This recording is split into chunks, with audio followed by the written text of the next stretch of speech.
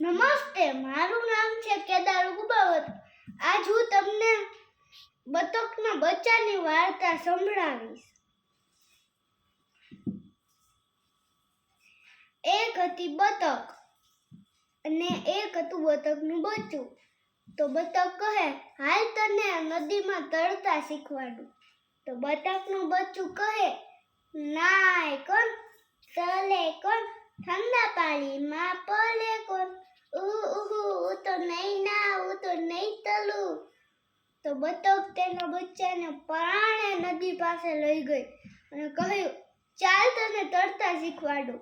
તો બચ્ચું કહે, નાય કોણ, તલે કોણ, ઠંડા પાણીમાં પલે કોણ, હું તો નહીં ના, હું તો નહીં તરું.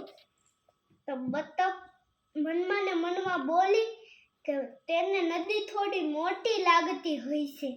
તો બતક તેને તળાવ પાસે લઈ ગઈ અને તળાવમાં જઈને બોલી કે ચાલ તને તળાવમાં તરતા શીખવાડું.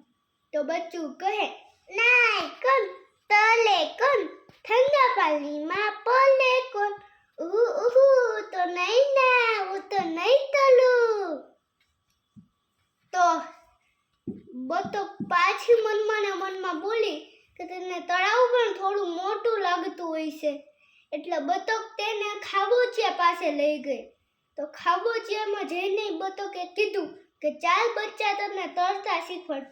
બચ્ચું કહે, નાય કોણ, તલે કોણ, ઠંડા પાણીમાં પલે કોણ, હું તો નહીં ના, હું તો નહીં તલું.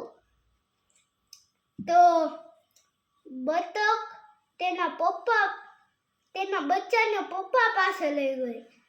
તો પછી બતકે કીધું કે મરઘીના